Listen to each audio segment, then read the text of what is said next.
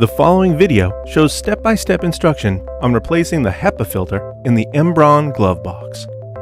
Place the new filter in the antechamber. Evacuate under dynamic vacuum overnight prior to bringing new filter into the glove box. Switch off circulation.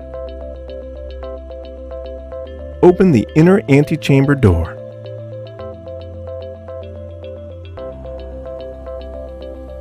Place the HEPA filter into the glove box.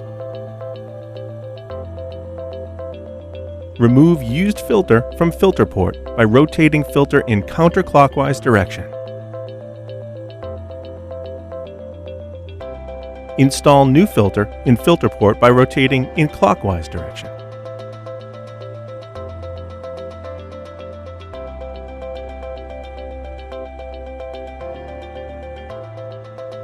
Switch the circulation on.